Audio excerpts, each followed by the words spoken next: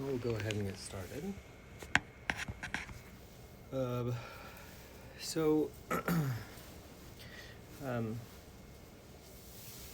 we've been kind of switching off between times we're practicing more things aligned with self-compassion, which, by the way, our discussions here help me sell the self-compassion group more, because I said, I'm told I shouldn't call it self-compassion, but instead I should call it like, the inner critic course, or the, working with your critic.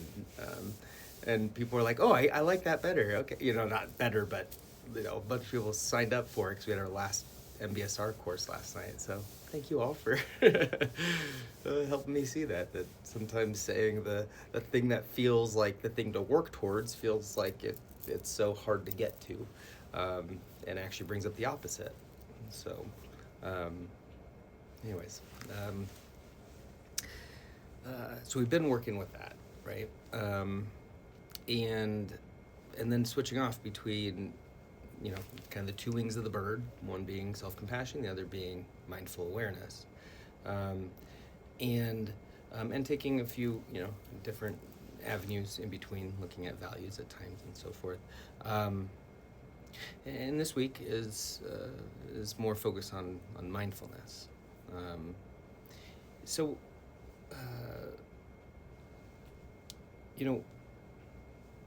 as we're, I'm going to kind of bring up some things we've already talked about, but try to wrap it all together. One of the things that I can't probably overstate or say enough is, and I need to be reminded of this too, is in our internal world and the world of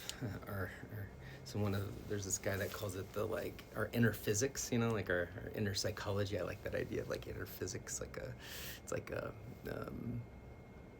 galaxy inside, or whatever. But in that world, we often try to apply change like we do on the outside world. Hey, I don't like something, I'm going to change it. I don't want this color room, I'm going to paint my room, or I'm going to, get new clothes, or, we can make a pretty decent sized shift. And I think a lot of times the expectation is that we have the same shift for our internal world, and only internally this ends up being think about Mario Kart. Anybody play Mario Kart? Yeah. Okay. The worst thing you could do in Mario Kart is overcorrect, right? You get off the side oh shit, I can't go straight. Why can't I go straight, right? Because we're overcorrecting constantly. The movements are too big. Same can happen internally. Yeah? Our movements, our intention is, hey, I want to help myself. I want to feel better. Whatever our intention is. Yet, a lot of times we're overcorrecting. We're going too far with those things. Yeah. So we might not like something, so we beat ourselves up, right? Or we might, want to be kind to ourselves, so we overly do that, or whatever it is that we start to feel all topsy-turvy. Yeah. We also might set an intention of, hey, I'd like to, not let anxiety get in my way, and all of a sudden we're bypassing all anxiety. It's no, can we work our way towards that? Yeah. One way to kind of think about this too, is bring back those circles of safety. It's safe, challenge, overwhelm, and remembering where we learn the most is not an overwhelm. Yeah? It's not even the border of challenge and overwhelm. It's safe and challenged. So just a little bit of challenge, but always coming back to safety. Yeah. So part of this is ever changing. Yeah. It's not like you just all of a sudden you're challenged and then you just stay there. Sometimes you have, I'm starting to get overwhelmed. Okay, I need to do something that brings me back. Yeah. And part of that, and the way we're kind of learning that, at least for our internal world, is coming back to our mindfulness practice, whatever that is for us and however that looks. That might be a yoga practice, more movement-based. It might be an awareness of breath practice. It might be body scan. It might be a sense and savor walk. It might be mindful walking, whatever it might be. Using that as our way to kind of keep coming back to this safety, to that, so that we can then explore again. And by doing that, what we're actually doing, we're actually creating what we call a secure attachment to ourselves, which is kind of cool. If you think about, like, there's some models of therapy of like, let's reparent people, and how do you do that? And honestly, the way I think about it is, if we can, part of, you know, part of what would be ideal is having a secure attachment with the people who raised you, yeah? Because then you can have a secure attachment with yourself. It just becomes a little bit natural. I will tell you, I don't think I've talked to anybody that's the case for. So it's not just if you're like, oh, I didn't have that yet. I don't think anybody, at least nobody on this and call, including myself, had that. So what does that mean? Then it means, okay, it's not our fault we didn't have it. It's not that we, whatever, we did something bad. No, did the best, what we were given. But now it means, okay, how do I create that safety within? So that, and some of it'll go against our programming, the things that we're, I shouldn't do that, or I can't do that, or, the things we might stop ourselves from or feel fear about, because it comes from programming from the past. So that's why we're challenging it, right? We're challenging and coming back to safety. And by doing that, we're more likely to then continue to go to the challenge, continue to choose that over safety. Meaning, think about, I'm sure everybody in here has experienced either bouts of anxiety or whatever it is. With anxiety, what we do is we feel so afraid of things, our world starts to shrink. We start to not want to go in certain places. I can't go there anymore. I don't want to do that thing. I can't say this. And all of a sudden we are like, living in this tiny bubble. And this is because we keep choosing safety over values. Yeah, over what really we want. We keep going, no, but this is safe, but this is safe, but this is safe. And then that doesn't feel very good. Yeah. So the way to kind of like stretch this is to start going, how do I challenge those times I want to just feel safe and go do the thing that might just be, again, just a little bit different for me. Not a huge thing. If you're like, I haven't gone to the gym in years, it's important to me to exercise.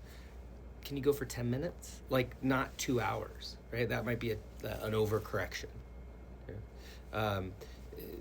Can you even just put your shoes on and get ready and maybe just drive to the gym and drive back? Like, maybe that's where you're at, right? We're all in different places, and maybe once you get to the gym, you're like, nope, overwhelming. Cool. You challenge yourself. Awesome. That's good. Yeah, but what we tend to do is go, I challenge myself, and now I got a white knuckle through. I'm already here. I'm at the gym. I got to go, right? And then we lose our ability to actually learn, because then that doesn't feel very good, and you're not going to want to do that again. So this kind of idea of overcorrection, we want to start to shift this to be, can I make just little tiny micro movements, yeah, from where I'm at? Because those micro movements, they add up over time. Just like the micro movements of choosing safety over time add up and shrink our world, the same thing, we can actually expand that by the micro movements of just choosing, what do I want in this situation versus what is, the anxiety saying, or the fears, or the things that would stop me. Yeah, still important to listen to. And am I feeling challenged? And can that be okay? And can I come back to something that feels safe? Yeah. So and we've been talking about safety for months now, and it's really important. Because if we think about what we're doing with the mindfulness practice, it's really that. It's really creating a sense of safety in our body, something that's a place we didn't feel very safe. Yeah. Maybe a place we only go to when we feel panic or anxiety or depression or pain or whatever that is. Yeah. When it's not working. Yeah. We don't necessarily go towards it when it is, and when we are glad and joyful about things. So I think the the best way to illustrate this concept is actually through mindful movement. That's what we're going to do today. Some mindful movement. Because in this, the tendency is like, all right, well, let's say we're stretching like this. It's like, let me yank my arm. Yeah? This is going to hurt you. It's not going to feel very good. And then you're going to, later, ow. Yeah? But also, you're like, I can't move any more than this, right? I can't move. And all of a sudden, it's like you're breathing with it, and you're just being with it. And then all of a sudden, you're like, oh, I can let go there. I don't have to squeeze my hand. I can let that go. Oh, there's a micro movement. I can let go of my face, my jaw. Because a lot of times, like, we're like, so can I let go of some of those things? Those are micro movements. And then all of a sudden, you might go, I can actually squeeze this in just a little bit more. Okay, cool. I'll move into that. Okay? Because it presents itself. It's there. Part of this is trusting that the body's going to do it. Trust. Guess what? That creates safety. Yeah? We can trust our body is going to show up in that way. So that's why we connect with the body constantly, and we're going towards it. And again, that trust, that safety can really help us just develop that kind of secure attachment to ourselves, which honestly, I think is really the point of therapy. Is like, can we help people create that? Because if you have that, you're going to try new things, you're going to learn new things. And for me, that's what mindfulness has been about. It's like, okay, can I feel safe here? And if I can, I'm going to learn. So, we're going to do that today. Micro movements, micro movements and safety. So, feel free to, we're going to do seated yoga today. Might do some lying down. Haven't decided yet, so we'll see how we're feeling. So feel free to set up your environment however you'd like. If that means getting on the floor, go for it. If you need to grab a yoga mat, feel free to do that. Whatever you need. And as we always do, just checking in with, we're on computers. We oftentimes are working from this very computer. So if there are any kind of work programs on that you might want to turn off right now that might be distracting or kind of taking you away from here, and see if you can give yourself the next 45 minutes to learn, to be, to connect, knowing that the work will still be here. Even though it feels like I need to get it done right now. And maybe this 45 minutes spent on you could help you in some way with this work. So maybe offering that to yourself. So we'll start in a seated position. Have the legs crossed or out straight, just whatever feels comfortable. I'm gonna just cross my legs, but feel free to do it at whatever you'd like.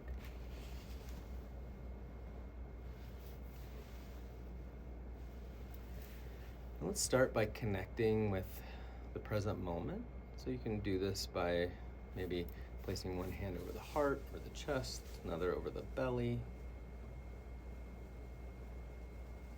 Maybe even taking some intentionally deep inhales and exhales. If you'd like to, you can close the eyes. You're always welcome to keep them open.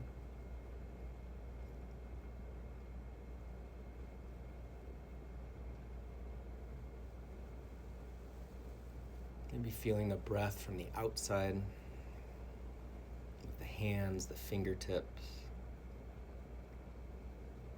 Feeling the chest and the abdomen expanding and contracting.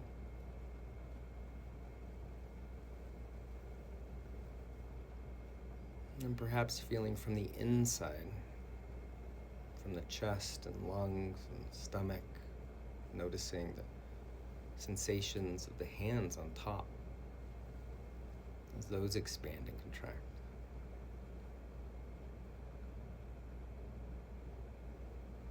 If you haven't already, letting the breath find its own rhythm.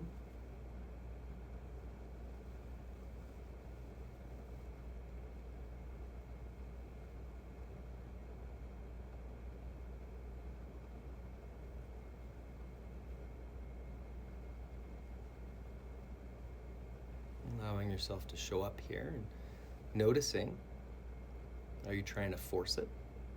If so, this might be an overcorrection. See if you can back up a bit and just notice, hey, this is where I'm at. My mind is somewhere else. That's okay. Can it be okay? And maybe just kind of subtly, and maybe continuously just coming back to sensations of breathing, back to the moment. Again, not forcing it, just kind of escorting it.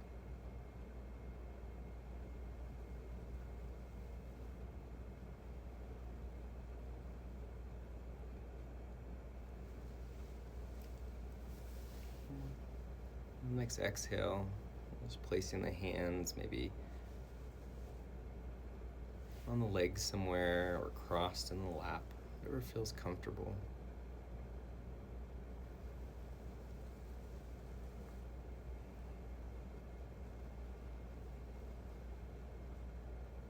And imagining a string attached to the top of the head. And this attached to the ceiling on the next inhale, pushing in through the sit bones. Imagine that string pulling up, kind of lengthening through the spine a bit. And then taking the right ear to the right shoulder, allowing the left shoulder to become heavy.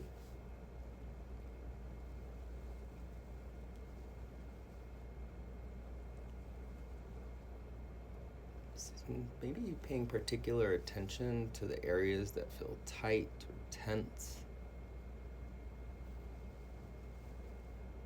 If it's areas other than what's being stretched, such as in the neck and shoulder, maybe areas like in the face or the hands or somewhere else in the body, can you maybe let go of that tension for a moment?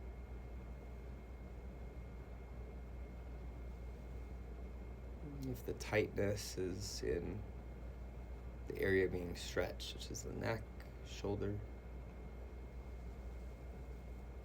can you be with it without having to change or make it different? Maybe breathe in to this area. As you breathe in, breathing in space. And as you exhale, if there's any option to let go of tension or tightness, maybe providing that to yourself.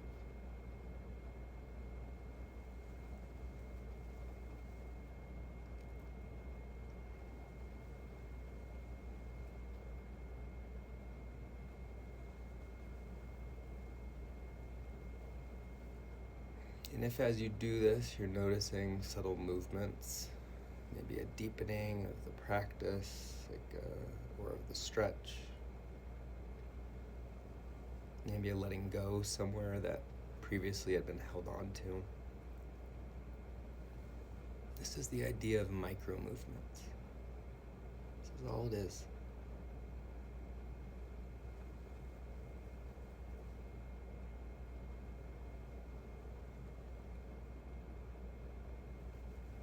Next inhale, rising the head back up. Pausing here for a moment, lengthening through that spine again. And then when you're ready to, bringing the left ear to the left shoulder. Allowing that right shoulder to become heavy.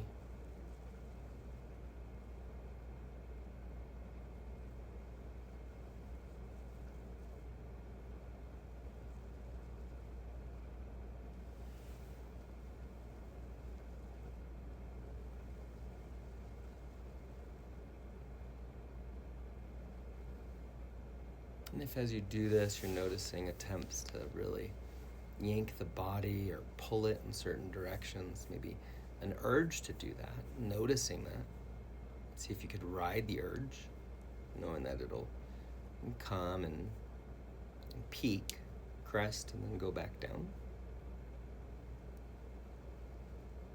If you notice yourself actually doing those things, kind of acting on the urge, pulling hard in a direction, see if you can kind of back out and then enter it again in a maybe bit of a softer way. One in which you allow the body to get to a position rather than try to force it in to a position.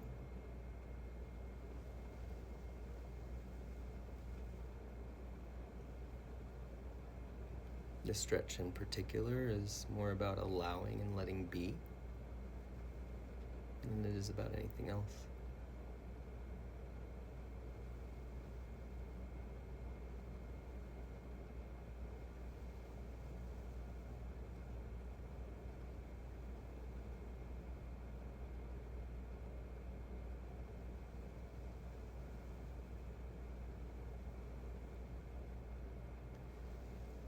Next inhale, bringing the head back to neutral, pausing here for a moment.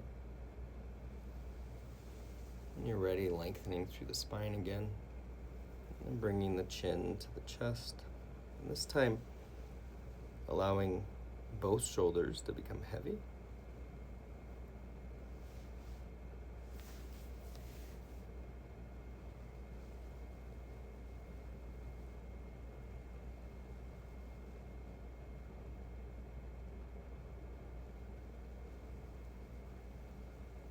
Maybe checking in with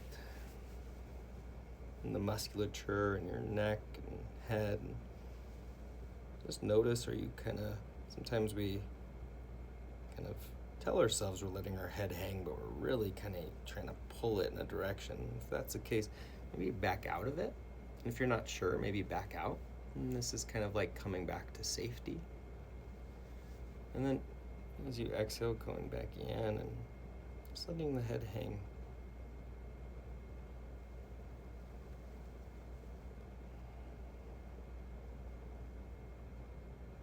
Breathing in and out of the neck and shoulders. Maybe breathing in spaciousness. As you exhale, letting go of any unnecessary efforting or any tightness, tension that's available to let go of.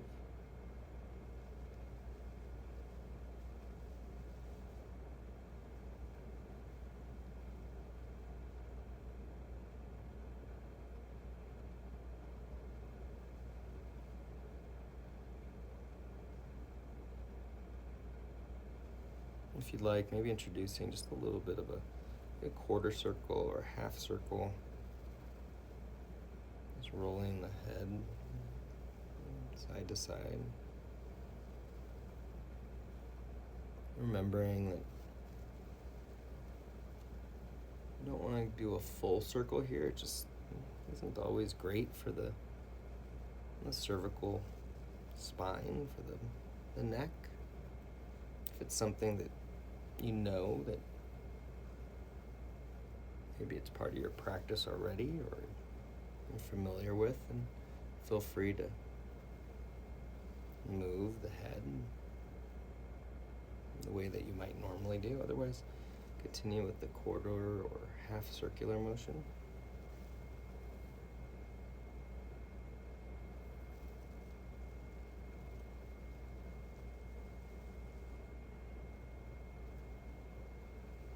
And in this posture, we're both allowing and letting be, and also introducing movement, which is adds a bit of difference. It's kind of something that does require a bit of effort to move. Just notice that, the difference between the effort towards movement as well as kind of allowing and letting be the neck and shoulders just however they are.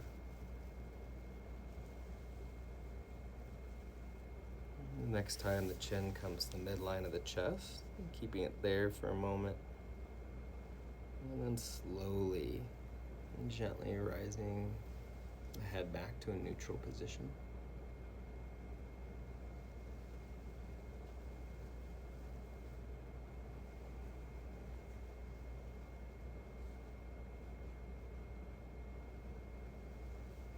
Now on the next inhale, bring the arms out and up towards the ceiling, really stretch up here.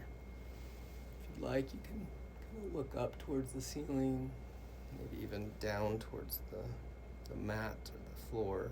Just kind of stretching the neck as well as the arms and back and body. And as you exhale, releasing the arms. Once again, placing the hands either kind of folded in the lap or on the legs somewhere. We're going to do some seated cat-cows here to kind of work our way down the spine a little bit. If you already know how to do this, then start flowing with your breath. Otherwise, you can follow my instructions. As you inhale, bringing the chest out towards the front and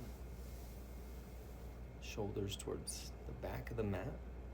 And then as you exhale, kind of doing the opposite, bringing the chest towards the hips, shoulders also kind of towards the front of the body. And just kind of flowing in this way between kind of these cat-cow postures.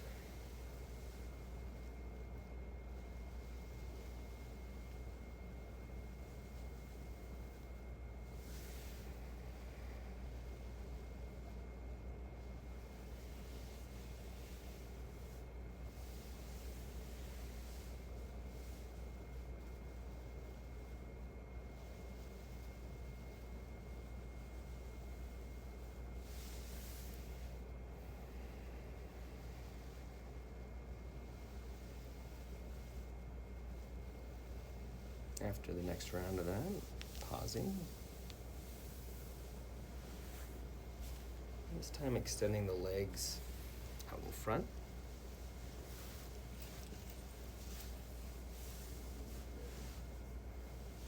Legs can be just straight in front of you. A slight bend in the knees, just so we're not hyperextending the knees. And inhale, bring the arms out and up. And then as you exhale, just kind of reaching forward. And then once you kind of feel the place in which there's you've reached the end of the stretch, and then kind of just allow the hands to fall, the forehead to fall towards the knees.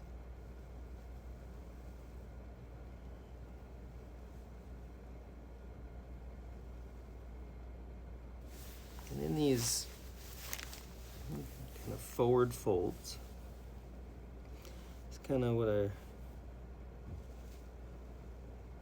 has taught me about micro movements the most. It's like when you're in this, you kind of feel the limits of the stretch. Particularly, a lot of us might feel the limit being in the stomach, like the stomach is in the way. There might be thoughts about if only the stomach were smaller or different or flatter, I'd be able to move deeper. And oftentimes this is a story that the mind's telling us. So, and you can't really force it here. So instead, see if you can really just kind of be with where you're at, really allowing and being willing to, hey, this is exactly where I'm at in this posture, and this is okay. And as you do this, just breathing in to those areas that might feel kind of tense or tight or in the way. For those of us that feel like that might be the belly, kind of really breathing into that area. And as you exhale, just letting go of whatever you might be holding on to. And the same might be the case in the back. There might be a part of the back or the legs or the hips that are really tight in this posture. And so breathing into those areas, breathing out from those areas.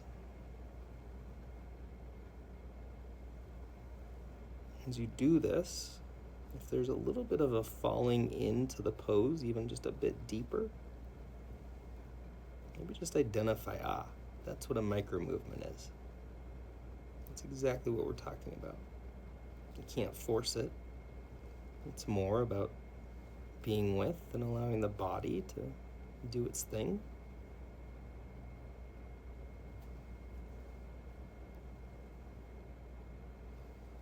And sometimes there isn't. There is a real limitation there that, hey, I'm as deep as I can be. So then we kind of look at also the quality of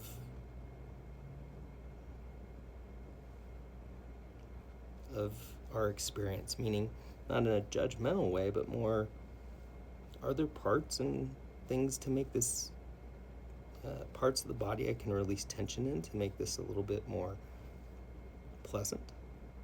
For example, maybe letting go of tension in the face, the toes, the hands, wherever you might be holding tension that's not needed. Or maybe part of the quality that might be more pleasant is to continuously come back to your anchor and really work with thoughts and buying into stories.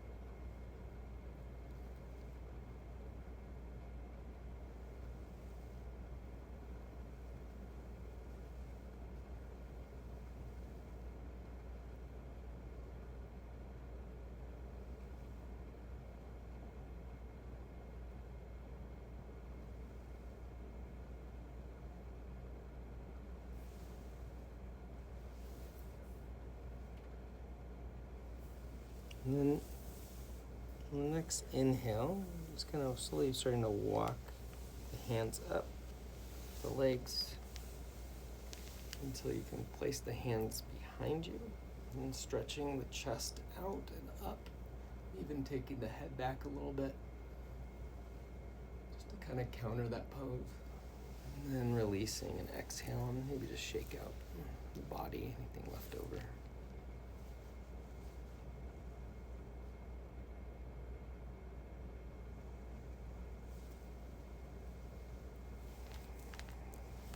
Now, for the final posture, you can either stay seated or lie down. It's totally up to you.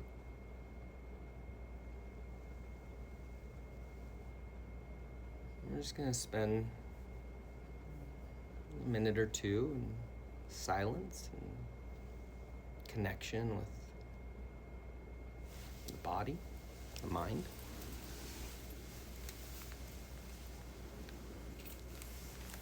In yoga classes, this is often referred to as Shavasana, or corpse pose, and you're welcome to do that by laying down, or you can stay seated.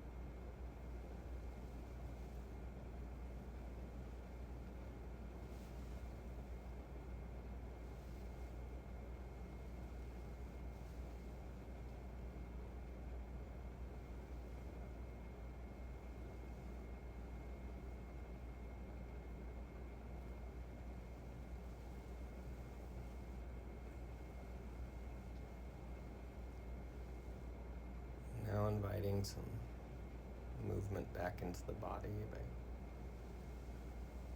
maybe wiggling the toes, the fingers, especially if you're laying down.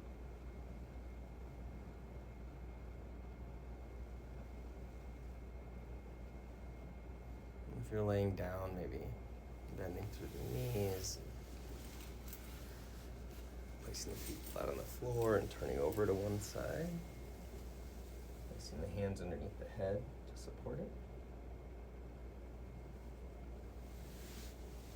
And then slowly pushing into the ground and coming to a seated position. At this point, maybe ending the practice by honoring it in any way you'd like to in this moment. And opening the eyes.